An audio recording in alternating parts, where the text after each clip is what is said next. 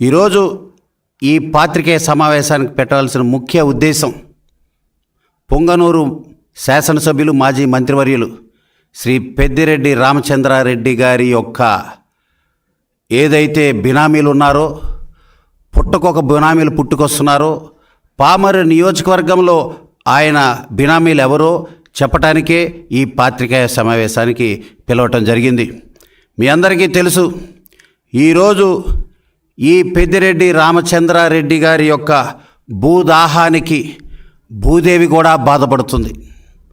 ఆయన కబ్జా కోరల్లో ఇరుక్కుపోయిన బాధితులందరూ కూడా ధైర్యంగా ముందుకొచ్చే పరిస్థితి, మాట్లాడే పరిస్థితి, గలం విప్పే వాతావరణం మనం చూస్తున్నాం.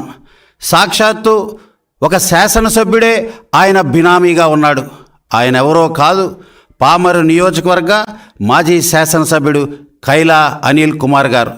మీ అందరూ తెలుసు, మదనపల్లిలో సబ్ కలెక్టర్ కార్యాలయంలో ఫైల్ దగ్ధం జరిగితే ఆ ఫైల్ దగ్ధం కేసులో ప్రథమ సూత్రధారి, పాత్రధారి, అదేవిధంగా ఏదైతే ఈ పెద్దిరెడ్డి గారి పిఏ ఉన్నాడో శశిధర్, ఆయన నెంబర్ 1 అయితే నెంబర్ 2 ఈ ఎమ్మెల్యే కైలా అనిల్ కుమార్ గారిని కూడా నేను తెలియజేస్తున్నా. మాజీ ఎమ్మెల్యే, అయ్యప్ప సొసైటీ హైదరాబాద్లోని అయ్యప్ప సొసైటీ ఈ కైలా అనిల్ కుమార్ గారి అపార్ట్మెంట్.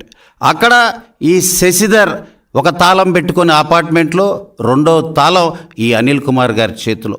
వీళ్ళిద్దరూ కూడా దాదాపుగా 4 సంవత్సరాలు ఈ హైదరాబాదులో నివాసం ఉంటూ హైదరాబాదులో, ఆంధ్ర రాష్ట్రంలో, అదేవిధంగా పామరు నియోజకవర్గంలో కూడా ఈ పెద్దిరెడ్డి గారికి బినామీలుగా ఉన్నారు అని కూడా మీ అందరికీ తెలియజేస్తున్నా.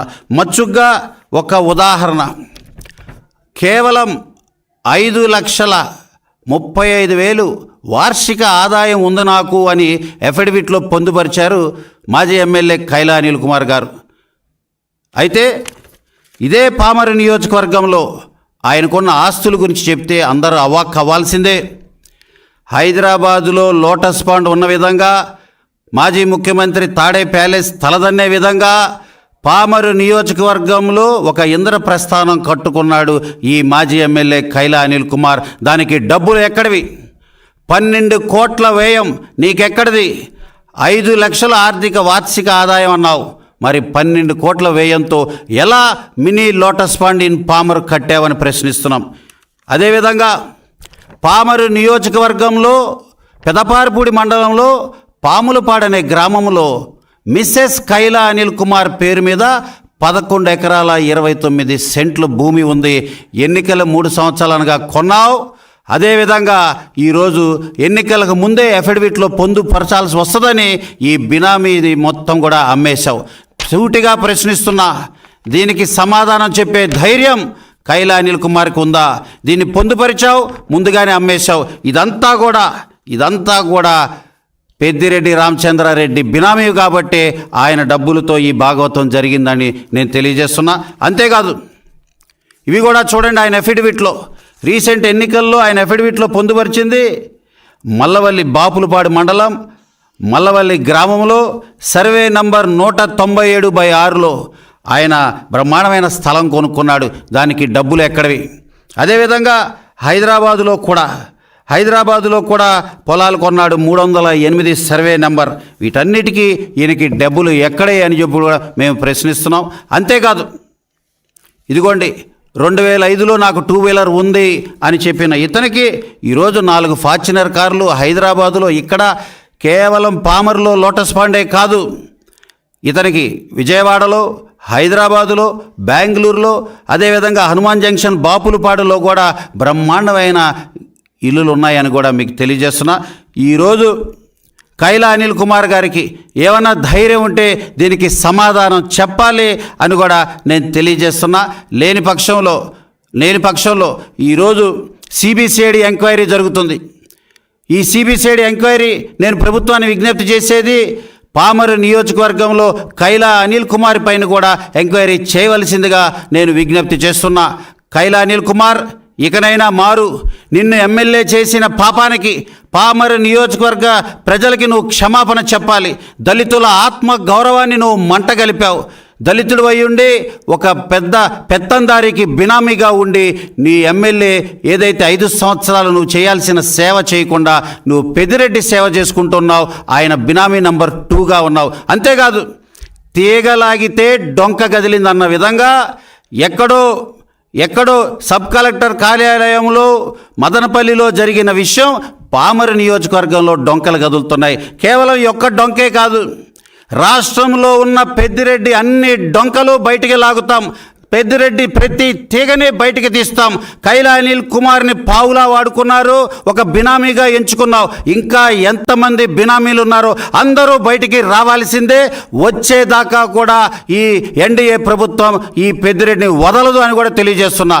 ఒక సూటి ప్రశ్న పెద్దిరెడ్డి రామచంద్రారెడ్డికి, పుంగనూరులో మళ్ళీ ప్రజా తీర్పు కోరే ధైర్యం నీకు ఉందా అని ప్రశ్నిస్తున్నా.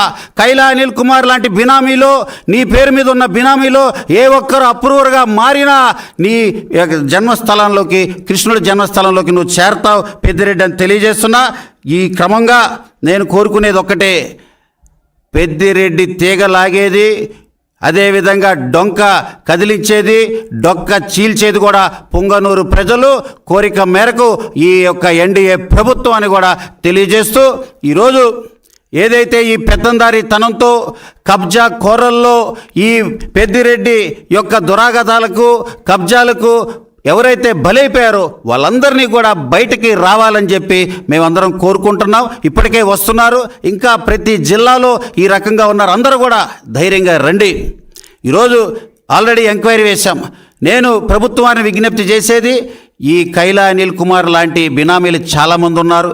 అదేవిధంగా పెద్దిరెడ్డి గారు, వీరి పాస్పోర్ట్లు స్వాధీనం చేసుకోండి, వీరి కవలికలు గమనించండి, వీరు ప్రతిరోజు వీరి దినచర్య పైన అబ్జర్వేషన్ ఉంచండి. పామరులోనే ఇన్ని ఆస్తులు కూడబెట్టిన ఒక ఎమ్మెల్యే, మాజీ ఎమ్మెల్యే, అదేవిధంగా ఇంకెంతమంది ఉన్నారు, ఎంతమంది బాధితులు ఉన్నారు, వీరందరిపై సమగ్ర దర్యాప్తు జరగాలి. కైలా అనిల్ ఇప్పటికైనా మారి అప్రూవర్గా మారితే దళితులు, పామర ప్రజలు నిన్ను క్షమిస్తారు అని కూడా తెలియజేస్తున్నా.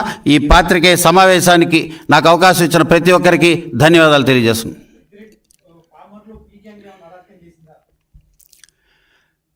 పామరు నియోజకవర్గంలో కైలా అనిల్ కుమార్ ఉరఫ్ పీ గ్యాంగ్, పెద్దిరెడ్డి బినామీగా ఉన్న పీ గ్యాంగ్ అరాచకాలు అంతా ఇంత కాదు. ఇసుక దందాల్లో వీళ్ళు సిద్ధహస్తులు. ఇసుక దందా ఒక క్లాష్ వస్తే పోలీసులు బలి చేశారు, 2 పోలీస్ అధికారులు జైలుకు వెళ్ళారు.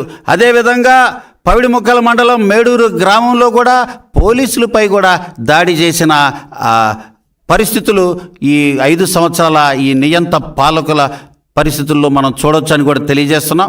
ఒకటే, ఈరోజు ముఖ్యమంత్రి చంద్రబాబు నాయుడు గారు ఆయన అధికారంకి వచ్చిన ఈ 60 రోజుల్లోనే అద్భుతమైన పాలన, సాహసోపేతమైన నిర్ణయాలు తీసుకుంటూ ఏదైతే చెప్పామో చేసి చూపిస్తాం అనే విధంగా ఆయన పాలన ఉంది.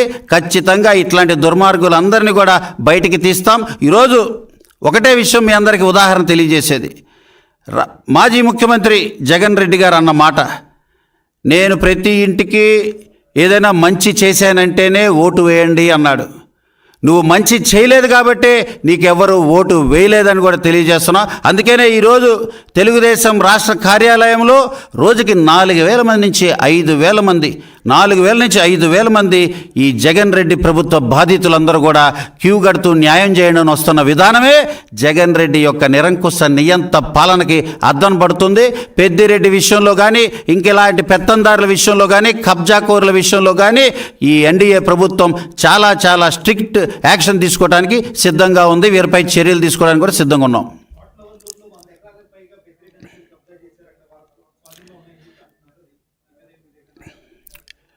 ఇదంతా ఒక మాఫియా స్కామ్. పెద్దిరెడ్డి గారు ఉన్న ప్రతి జిల్లాలో కూడా బినామీలు పెట్టుకున్నారు. మీరన్న తోట్లవల్లూరు మండలానికి సంబంధించి అక్కడంతా ఇసుక దందా చేసే క్రమంలో వారికి వారే ఎవరిని కూడా కనీసం ఒక అధికారి వెళ్ళి మాట్లాడలేని పరిస్థితి, ఒక పోలీసు వాడు చర్య తీసుకోలేని పరిస్థితి. ఒకవేళ అదే పరిస్థితి వస్తే ఇందాక నేను చెప్పిన విధంగా పోలీసులనే జైలుకి పంపే పరిస్థితి, దుస్థితి మనం చూసాం. ఈ కైలా అనిల్ కుమార్ కానీ, అక్కడ పక్కనే ఉన్న కొడాలి నాని కానీ, ఈ పెద్దిరెడ్డి కానీ, వీళ్ళంతా ఇసుక మాఫియాలో అక్కడ పెద్ద ఎత్తున దందా చేశారు. పొలాల్లో విషయాల్లో కైలా అనిల్ కుమార్ ఆస్తులు కూడబెట్టిన విషయాల్లో మీ అందరికీ నేను ఇందాకే వివరణ చేశాను. ఏమండి? అవును, ఈరోజు పామర్ నియోజకవర్గంలో ప్రజలందరూ కోరుకునేది 30,000 మెజారిటీతో మాజీ ఎమ్మెల్యే కైలా అనిల్ కుమార్ని మేము గెలిపించాం. కానీ ఈరోజు మా అందరి నమ్మకాన్ని వమ్ము చేస్తూ, పామర్ని తాకట్టు పెడుతూ, ఒక బినామీ ఎమ్మెల్యేగా ఆయన ముందడుగు వేసి పెద్దిరెడ్డికి బినామీగా నిలబడ్డాడు. అందుని క్షమించే పరిస్థితి లేదు, నిగ్గు తేల్చండి అని ఈరోజు వైసీపీ నాయకులు కానీ, పామర్లో కామన్ సిటిజన్స్ కానీ నా దగ్గరకు వచ్చి సాక్ష్యాలు ఇస్తున్నారు. దేన్ని వదలం. ఎంతమంది అయితే ఓటర్లు ఉన్నారో పామర్ నియోజకవర్గంలో దాదాపుగా అందరూ కూడా ఆగ్రహ జ్వాలలతో రగిలిపోతున్నారు. 30,000 పైచీలకు గెలిచిన వ్యక్తిని 30,000 మెజారిటీతో ఓటమయ్యే విధంగా కూడా చూసిన పామర్ ప్రజలు చూసైనా బుద్ధి తెచ్చుకోవాలి మాజీ ఎమ్మెల్యే కైలా అనిల్ కుమార్ అని కూడా తెలియజేస్తున్నాం.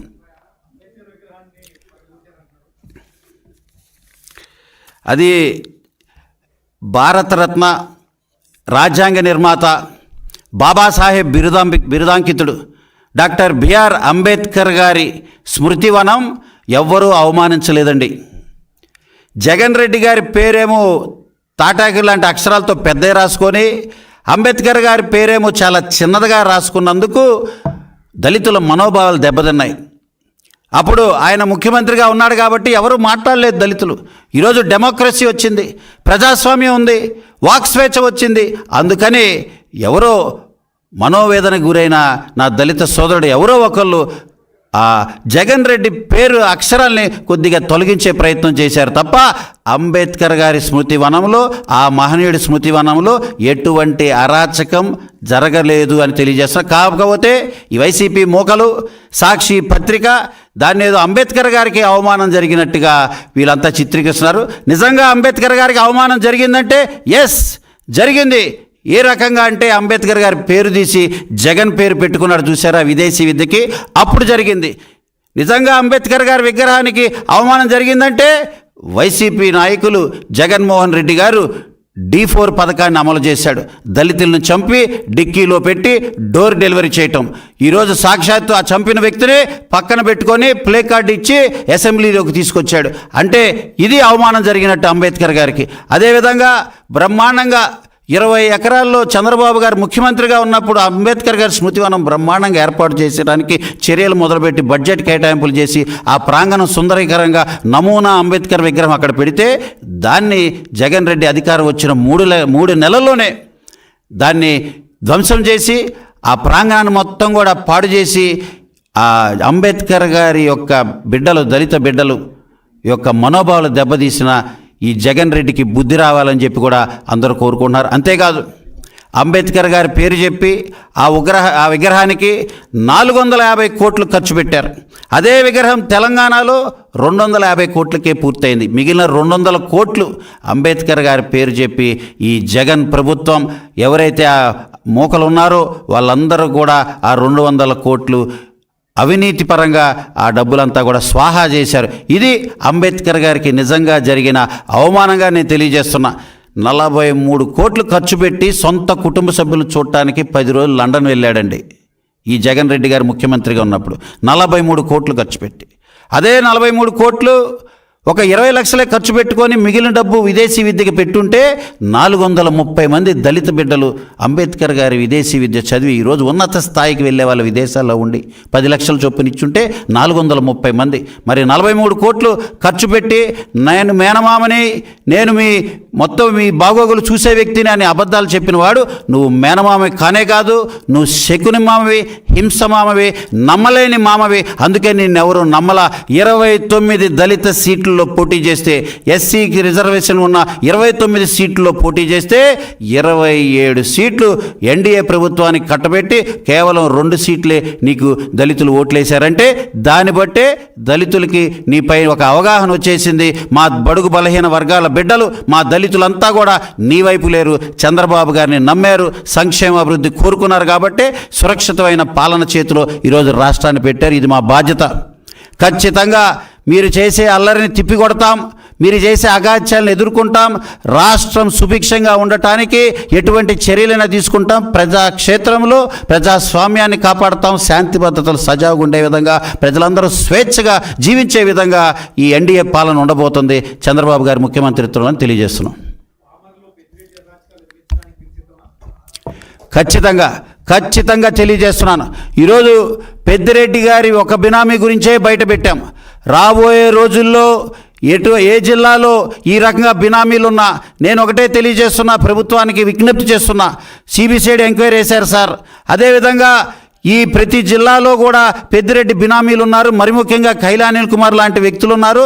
వీరందరిపైన కూడా ఎంక్వైరీ వేయండి, సమగ్రంగా దర్యాప్తు చేయండి, వాళ్ళ యొక్క డాక్యుమెంట్స్ని, వారి కవలికలను అన్నీ కూడా స్వాధీనం చేసుకొని మీరందరూ కూడా చర్య తీసుకోవాలని ప్రభుత్వాన్ని విజ్ఞప్తి చేస్తూ, పెద్దిరెడ్డిపై చర్యలు తీసుకోవడానికి, పెద్దిరెడ్డి యొక్క అగాత్యాలని, ఇలాంటి ఏదైతే కబ్జాలు ఉన్నాయో వాటన్నిటిపైన కూడా ఒక సమగ్రంగా దర్యాప్తు చేసి ఆయన పైన చర్యలు తీసుకోవడానికి ఎన్డీఏ ప్రభుత్వం సిద్ధంగా ఉంటుందని కూడా తెలియజేస్తున్నాను.